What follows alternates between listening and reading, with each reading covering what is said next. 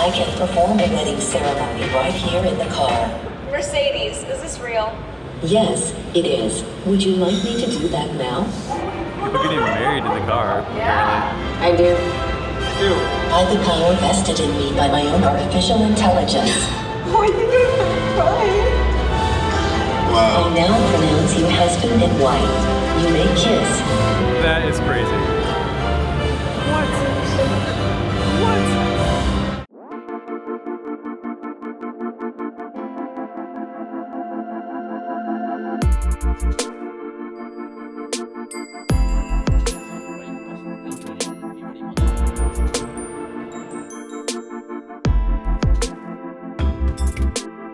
Hot take with John, 8K. It's too many K. All right, welcome to the first day of CES 2019. What I was told is that we can expect about 200,000 people to show up at this convention.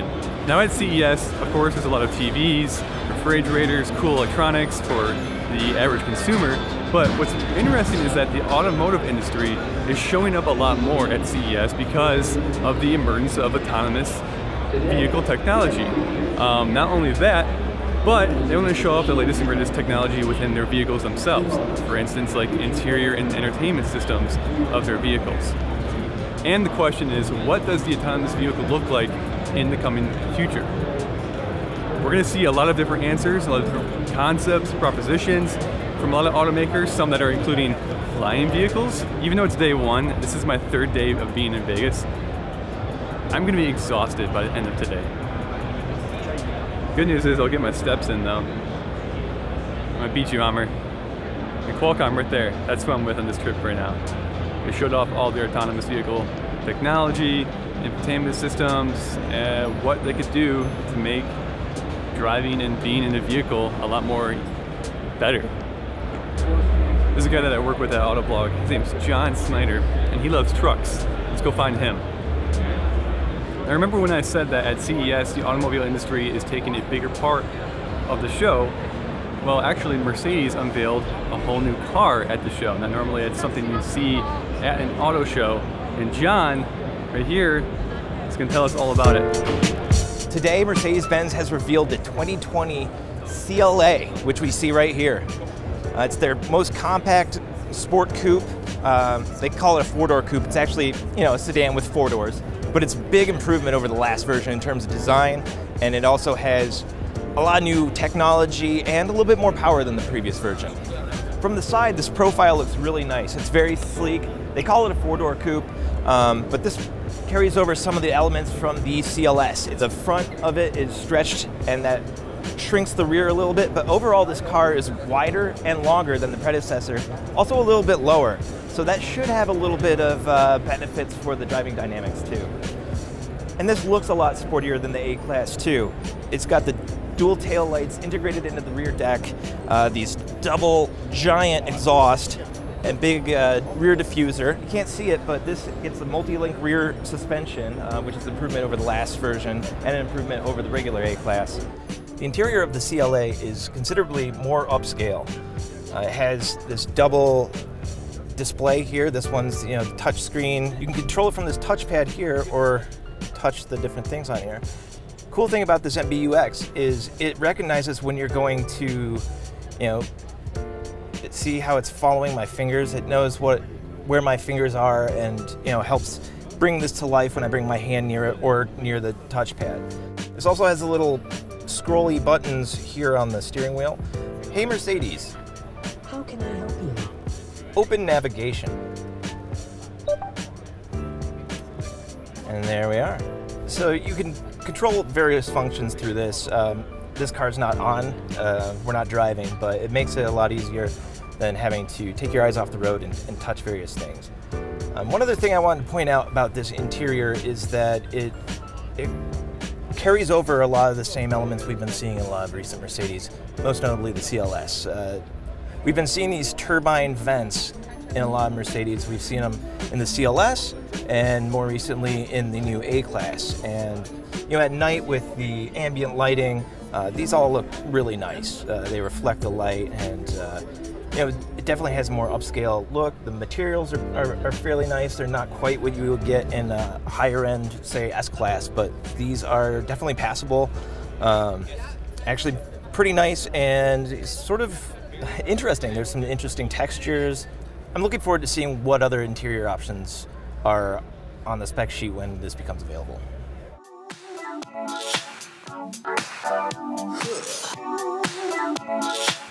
John, I don't know about you, but in the future, I just want to fly everywhere and not have to worry about any traffic conditions on the road. Luckily, there's a company right here that's thinking about it. With a flying taxi called Bell? Yeah, it's just one of the random things that you find at CES. It's pretty cool. Robo-taxis are a big thing. Who knows when they'll actually make it to market, but everyone wants to show one off, build one, and they're showing them off here at CES. My favorite thing about this presentation that they showed off was, imagine your family being stuck in traffic. You know, they always drop the family thing. This is a scenario with a family trying to head to the airport. What does that make you feel like? Can you imagine now being lifted up with Bell Nexus and whisked away here through VTOL mode into airplane mode and cutting that trip from an hour and a half down to 30 minutes? You can imagine how great it feels now to be connected and celebrating what you're about to do with your family. Not my family. Not my family stuck in traffic. Well, not anymore. Yeah. Get into the Bell helicopter.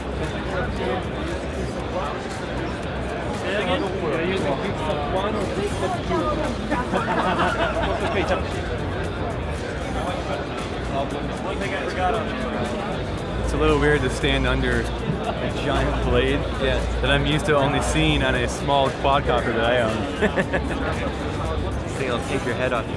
It will take your whole body over. Pretty cool augmented reality. There's me and my family. International Airport. We're going to International Airport. From Stanley Boulevard. Oh, here it comes. Oh man. Holy smokes. Yeah, what kind of powertrain does it have? Is it electric hybrid? Or? So it's actually designed with a hybrid electric powertrain for now.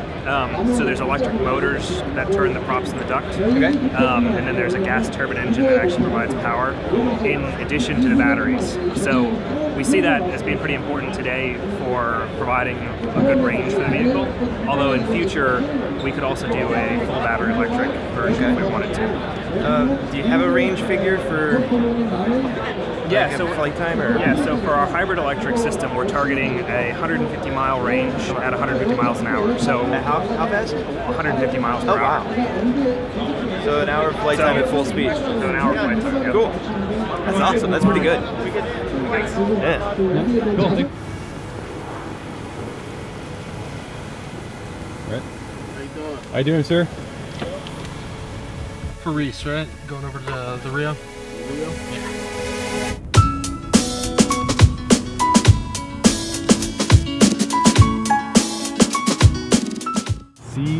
V2X technology. But you're familiar with that. Yeah, it's a vehicle to everything. So vehicle to vehicle, vehicle to traffic lights. So they've mapped out like all of the traffic and intersections and lights in Las Vegas, so the cars can like, I don't know, talk and be like smart and adapt to like their routes based on like what the lights are doing and all this stuff. Yeah, as you can see on here, like all the vehicles are talking to each other. It knows where the pedestrians are at. The truck, F-150, the Taurus, the Audi, and the Ducati. So it's all the vehicles are kind of talking to each other. So it doesn't matter if it's one company or another. Ford and Audi, Qualcomm are like making sure all these vehicles can talk. Alright, so they just came up with the intersection out there. That's where our stop signs are at. And I guess there's a Ducati that doesn't play nice. The first autonomous car I ever rode in was at CES 2 years ago. I forget what company that was. I don't remember the first one I drove in. It was wild though. Yeah, it's a trip, even if it is on a closed course like this. Right. We were actually out in live traffic though. Oh, were you? Yeah, we were in live traffic, and then you could see it monitoring all the people walking across the street and the cars driving next to it. And actually, it avoided an accident because a guy cut us off. All right. go for red. Yeah. The best seat is the passenger seat. The next best seat is right behind him. All right. Okay. Stop for filming. You ready? Yeah. This will be fun. You already got the basic information of what we're showing here, right? Yeah. So that intersection over there is what we're going to use. And you're going to see all the warnings information up in the central instrument cluster here, just because we're saying it's driver oriented, it's meant for the driver, so it's showing up everything up here. But we're not only saying, okay, you go first, second, third, fourth, we're also looking at the intended direction. So if two vehicles are approaching on opposite sides, they can go together, right? Or if everybody's turning right, they can also do that. So another last thing I want to mention before going here is that there's no central entity telling the vehicles who goes when and with whom. The vehicles are proposing with whom I should go, and then only if everybody confirms that, we're going. Gotcha. About 50 meters from the stop location over there, I'm gonna get information now that I'm approaching the stop location, right? It says you're approaching the stop, four-way stop, and then when I'm close to the stop sign, it says come to a stop. And then I'm clear to go because I got there last, but he was the first one to arrive. Gotcha. And I have non-conflicting motion with him, so I can go with him in parallel, right? But that prediction is there's always some uncertainty associated to it. Whereas with direct communications, the vehicle can tell you what they're about to do, and that to a great deal increases prediction capabilities of vehicles. So I'm coming to a stop now, and I get to proceed. All right, I'm good to go. So let me proceed here. And it says vehicle approaching, right? Because he was rushing through. And then I'm re-evaluating the situation, and now I got to proceed again, so I can go. Now did that stop for you automatically? It did not. It can, but again, this is a production vehicle, and we can retrofit like emergency brake when it's not meant to do it, because again, it's not in production yet. So most of it's still software? Yes. Okay. But I mean, you can think of getting the warning and then immediately also starting to put pressure on the brakes, but that's just the next step that you can do. So now we're going to see the pedestrian watching. We're going to approach the pedestrian crossing, come to a stop because he pressed the button. He wants to cross. He pressed the button, and then the box that you see over there that has the modem that talks to us. And okay, he's clear, so we're good to go. And the pedestrian crossing disappears after a while. So is that mapped in the pedestrian crossing, or did the camera see the sign?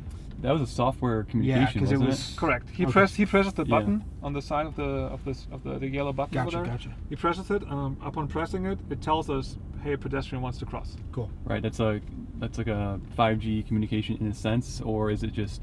It's using the same communication link that we use with other vehicles. Right. It's broadcasting. Okay, that's what so I meant. my vehicle has to evaluate. I just got this pedestrian crossing. Am I even in front of a pedestrian crossing, or am I just in the neighborhood? Okay. And I don't have to show this, right? There's still some logic. So now I want to turn right. And the nice part about this is that I always get to go because I have non-conflicting motions with everybody. The F-150 wants to go straight. I want to turn right. And they want to turn left, and they want to turn straight. So I can just go, even though I came here, was it third or last? I didn't really pay attention. Yeah, but not first. Yeah, not first. So I still got to go because it was just non-conflicting motion based on my turn signal. Well, that was nifty. Yeah, it was pretty cool. That was pretty cool. So because I'm an excellent driver, I don't feel like I need that, but for all the 99% other people, they do need that. It's everybody else. It's everybody else. It's never me. It's always them. So we're here at the Audi booth at CES 2019, and at this year's show, they're not focusing on autonomous technology so much as in-car entertainment. They've got a couple displays that we can go check out. There's a autonomous pod thing up there, but let's go check out these.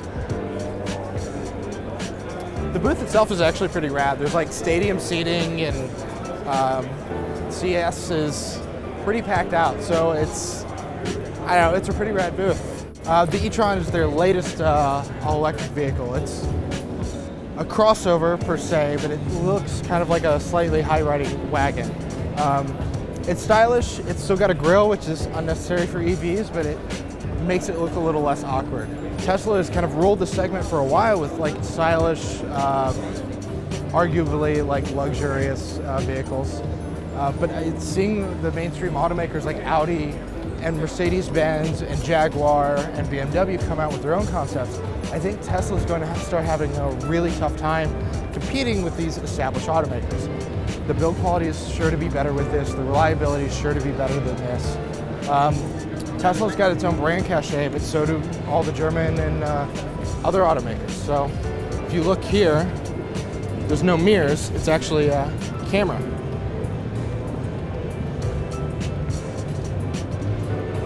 It's got the typically nice and handsome Audi interior. It's their latest design. It's a little cleaner, a little sharper lines. There were some curves in the past generation of Audis. But honestly, I think for the most part, maybe outside of Volvo now, Audi has had some of the best interiors on the market. But yeah, this is going on sale this year. It's big news. That's cool, that's neat, that's coming soon, but let's go check out what Audi's got planned for the, I don't know, the future. So back here, beyond this crowd of people, is the Audi A8L.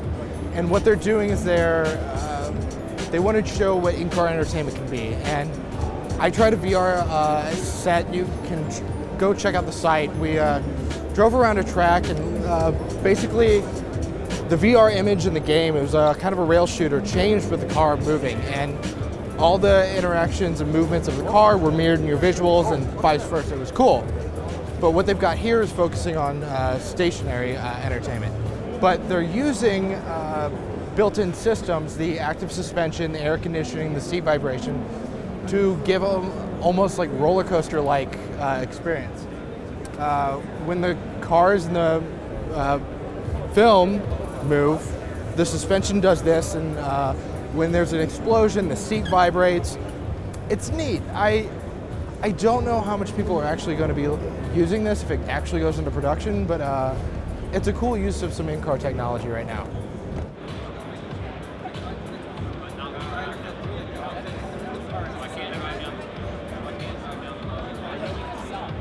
It's neat. It's something different, and it's cool to see, you know, the company focusing on something outside of autonomy, which is what everybody's kind of been focusing on the past few years: autonomy, electrification, connectivity. Yeah, it's cool. This is what CES is all about: showcasing like different technologies and future technologies, even if it doesn't ever actually make it to the road. It's about what you could do and now what we will do. So this is the Icon. I think it's how you pronounce it. It's AICON.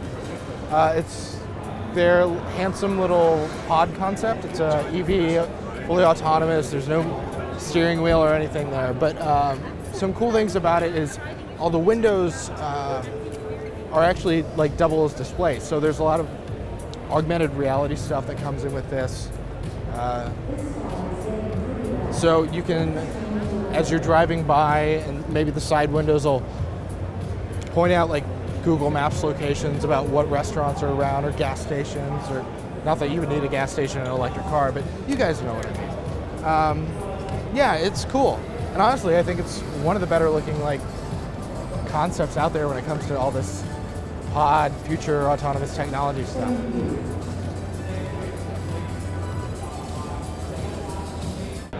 All right, let's go find Palmer. Hey Palmer, how you doing? I'm doing fantastic. We're here at the Nissan exhibit, and we're looking at the Nissan Leaf that's powering the cappuccino machine. All the electricity that is needed to make all these amazing macchiatos is coming from this Leaf and this generator over here, which is pretty cool. All right, hey guys, we're here at the Nissan booth at CES, and I'm standing in front of the Nissan Leaf RC Nismo race car. So as you can see, walking around it here, it kind of resembles a Leaf, but it's been fully worked over by the Nismo race team. So it's a fully carbon fiber monocoque chassis, super lightweight, only 2,690 pounds. And it's not just the weight, it's also the electric motors. So instead of just the one electric motor that's in your base Nissan Leaf, you've got two. There's one that drives the front wheels and one that drives the rear wheels. Combined, they make 321 horsepower and about 450 pound-feet of torque, which will propel this to 62 miles per hour in 3.4 seconds. You can see it has this wing. This is an adjustable wing, so you can change it as far as how much downforce you want on the track. You can see down here is a massive diffuser. As we come along here, the battery pack is sitting midship, so optimal weight distribution there for the racetrack. And as you look here, we got all the carbon fiber, the fully carbon fiber monocoque chassis, a lot different from your normal Leaf. Nissan has made 6 of these, and they are bringing them around to racetracks around the world, and they're just sort of showing it off.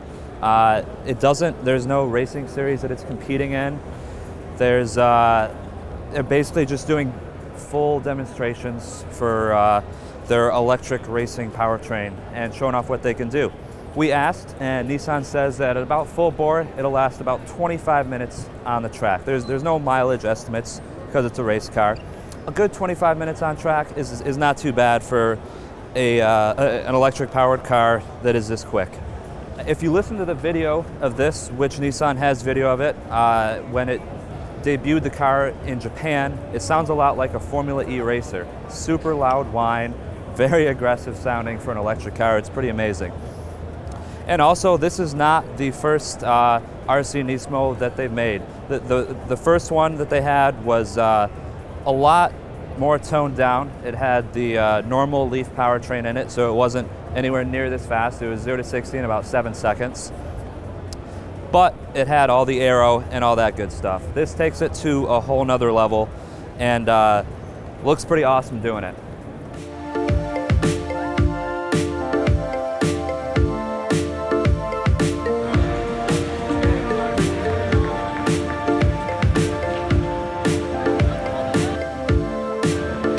Oh, you look so fresh.